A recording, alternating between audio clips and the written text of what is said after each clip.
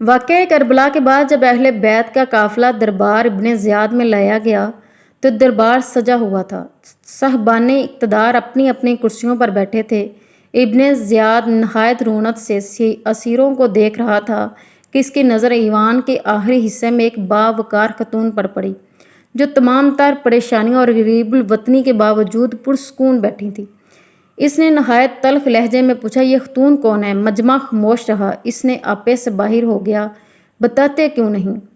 ایک خاتون حضرت فضا نہایت متانت سے گویا ہوئیں، یہ علی کی بیٹی سیدہ زینب ہیں۔ سیدہ زینب کا نام سنتے ہی ہیبت طاری ہو گئی، پھر سنبھل کر نہایت تلخ لہجے میں بولا، خدا کا شکر، اس نے تمہیں رسوا کیا، موت کے گھاٹ اتارا، تمام ناپسندیدہ ارادوں کو بے نقاب کیا۔ یہ سننا تھا کہ فتح خیبر اور صاحب ذوالفقار کی بیٹی تاجدار کائنات کی نواسی نے اقتدار شکن اور سلطنت فشار انداز میں یوں خطاب فرمایا، شکر ہے اللہ کا جس نے اپنے محبوب نبی کی نسبت سے ہمیں عزت بخشی اور ہمارے گھرانے کو کمال طہارت کا شرف عنایت کیا۔ بے آبرو اور رسوا وہ ہوتا ہے جو آئین کی خلاف ورزی کرے، یاد رکھ وہ ہم نہیں کوئی اور ہوگا۔ تلوار کی بار جیسے اس تیز جواب سے خدا کے دشمن کی آنکھوں میں خون اتر آیا۔ گستاخی سے کہا، دیکھا اللہ نے تمہارے کنبے اور تمہارے بھائی کا کیسا حشر توڑا۔ ابن زیاد انتہائی شقاوت سے بنی ہاشم کے طہارت و نسبت، استعماب خاندان اور فخر کائنات شہید کربلا کے بارے میں ہرزہ سرائی کر رہا تھا۔ ثانیہ زہرا نے دلیری سے جواب دیا، کوفیو، تم نے وہ کام کیا جس کے سبب کچھ دور نہیں کہ آسمان پھٹ پڑے، زمین شک ہو جائے اور پہاڑ ریزہ ریزہ ہو جائیں۔ تمہاری بڑائیاں آفاق گیر ہیں، تمام بدعمالیوں نے پوری دنیا کو گھیر میں لے رکھا ہے۔ سنو، تم حیران ہو کہ اس واقعے سے آسمان نے خون کیوں نہیں برسایا؟ ٹھہرو، عذاب آخرت اس سے زیادہ تمہیں رسوا کرے گا، اور وہ بھی جبکہ کوئی تمہارا حامی نہیں ہوگا اور نہ ہی کوئی مددگار۔ ہاں یقین جانو، یہ مہلت کے لمحے تمہارے بوجھ کو ہلکا نہیں کر سکتے۔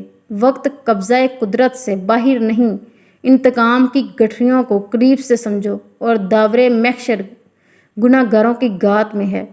پھر آپ نے فرمایا، کوفیو، تم اس وقت کیا جواب دو گے جب پیغمبر خدا صلی اللہ علیہ وآلہ وسلم تم سے کہیں گے کہ تم آخری امت ہو، تم نے میری اولاد، میرے اہل بیت، میری حرمت، میری نموز کے ساتھ کیا کیا؟ میرے گھرانے کی ہستیوں کو اسیر بنایا اور قتل کیا۔ کیوں؟ میرے احسانات، رشد و ہدایت کی یہی جزا تھی، یہی صلہ تھا کہ میرے بعد میرے عزیزوں، میری آل و اولاد کے ساتھ یہ سلوک کیا جاتا۔ اہل کوفہ، اندیشہ ہے کہ کہیں تمہارا وہی حشر نہ ہو جو شداد اور اس کی امت کا ہوا۔ ابن زیاد، تو نے ہمارے بڑوں کو نہ طے کیا، ہمارے عزیزوں میں سے کسی کو نہیں رہنے دیا، ہمارا سایہ دار درخت کی شاخیں کاٹ دیں، ہمارے پھلے پھولے درختوں کو جڑ سے نکال ڈالا۔ اب اگر قلب و جگر کی آگ یوں ہی بجھتی ہے تو پھر سمجھنے کو تو سمجھ لے کہ ٹھنڈک پڑ گئی۔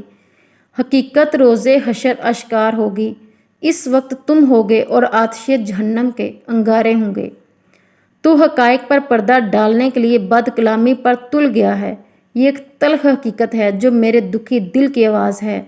ہماری ہر بات حقیقت کی ترجمان ہے۔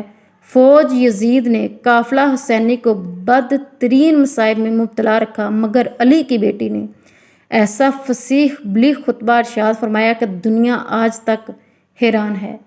Please like and subscribe this channel. Thanks for watching. جزاک اللہ۔ اللہ پاک آپ اور ہم سب کا حامی و ناصر۔